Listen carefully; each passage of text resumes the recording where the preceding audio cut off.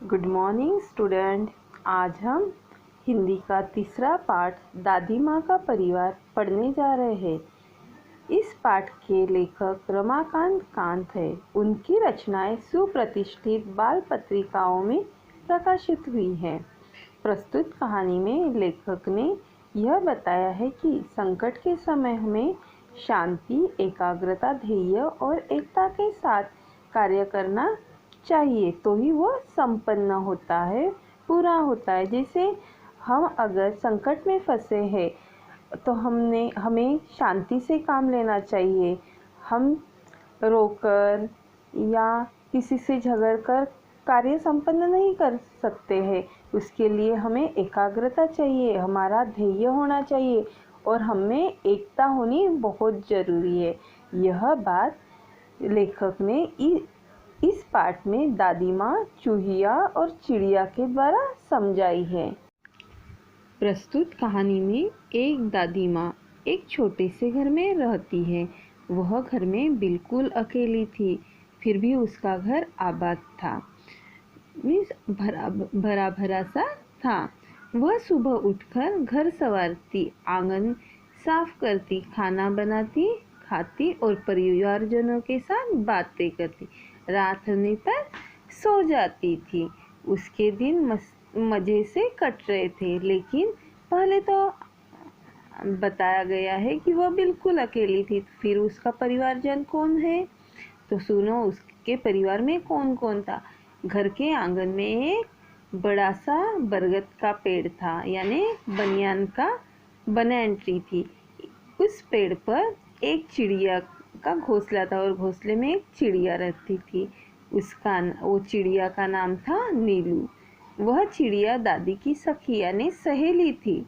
जब दादी सुबह उठकर आंगन झाड़ती थी, वह जैसे दादी माँ को काम में मदद करने आई हो, ऐसे उसके साथ फुदकती, चिंचियाती। उन्हें देखकर ऐसे लगता था वो दादी और चिड़िया बात कर रहे हो।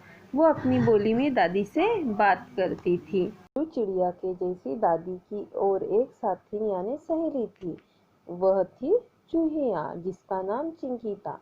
वह भी उसी बरगद के पेड़ के नीचे बिल बनाकर रहती थी।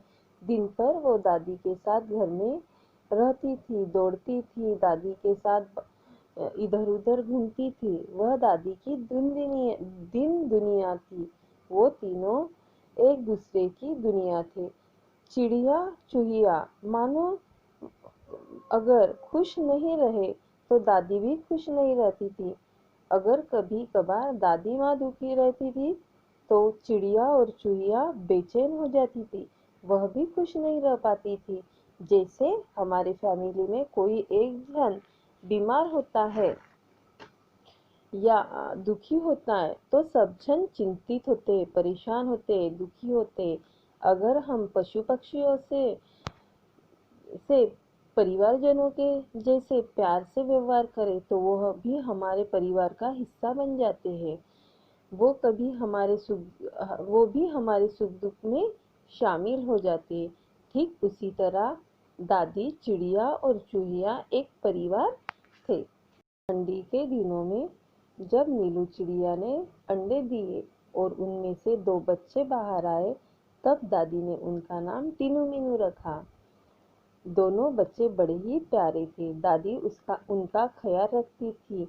उसी तरह कुछ दिनों में चिंकी चूहिया को भी 2 बच्चे हुए। उनका नाम दादी ने चुस्कू मुस्कू रखा। दोनों बड़े ही भले थे। दादी माँ चारों बच्चों का ख्याल रखती थी और उन्हें प्रेम से पास लेती थी। जब वो बच्चे रोने लगते तो उनको चुप कराती, उनको समझाती, उनको बहलाती। दिन भर बच्चे घर के आंगन में दौड़ते, खेलते, कूदते थे। दादी उन्हें खाना खिलाती थी।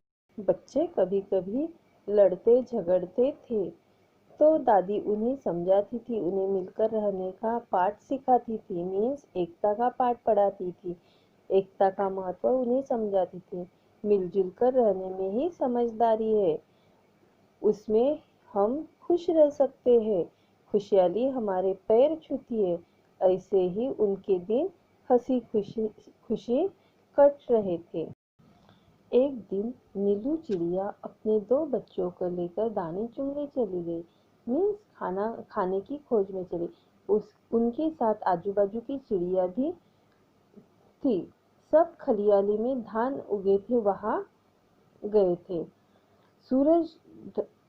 सब चिड़िया दाने यानी भात खाने में मग्न हो गई थी। सूरज ढल रहा था।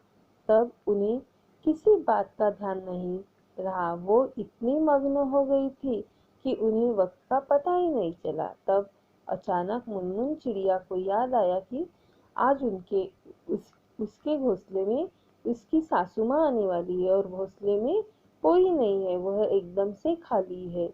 वह जाने की जल्दी में सबसे विदा लेने लगी। जब वो उड़ने लगी तो वो उड़ न पाई। वो फंस गई थी। वह चिल्लाने लगी कि मैं फंस गई।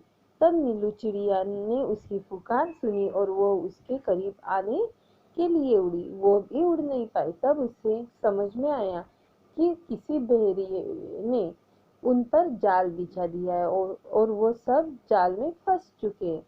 यह बात सबको बताई। तब सब जन उड़ने की कोशिश करने लगे, लेकिन वह पूरी तरह से जाल में फंस चुके थे।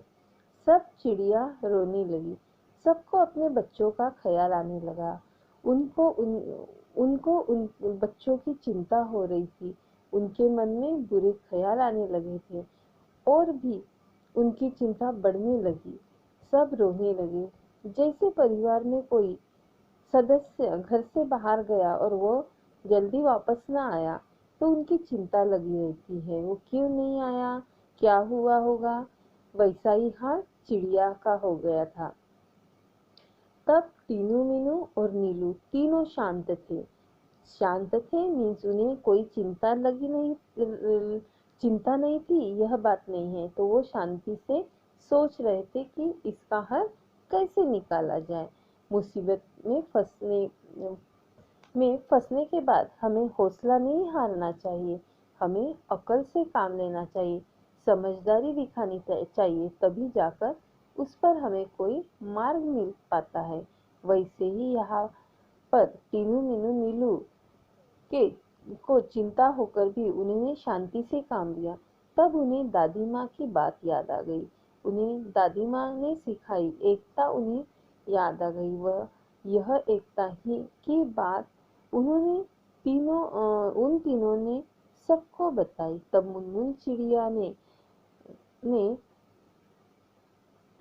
चिड़िया जिन्हें थी जाने की जल्दी, वह बोलने लगी कि हम झगड़ नहीं रहे, हम में भी एकता है। लेकिन अब इस एकता का क्या फायदा। हम तो बुरी तरह से फंस गए हैं। हम हार गए हैं। इस एकता का क्या काम जब हम कुछ न कर सके। एकता हमारे कुछ काम में न।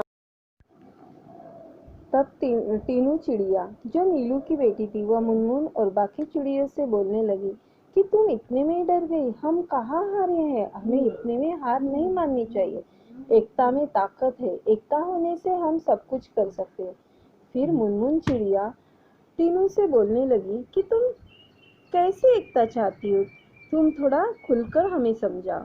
टीनू ने फिर बात समझाई और बताया अगर हम ऐसा करेंगे तो हमें इस जाल से मुक्ति मिल सकती है।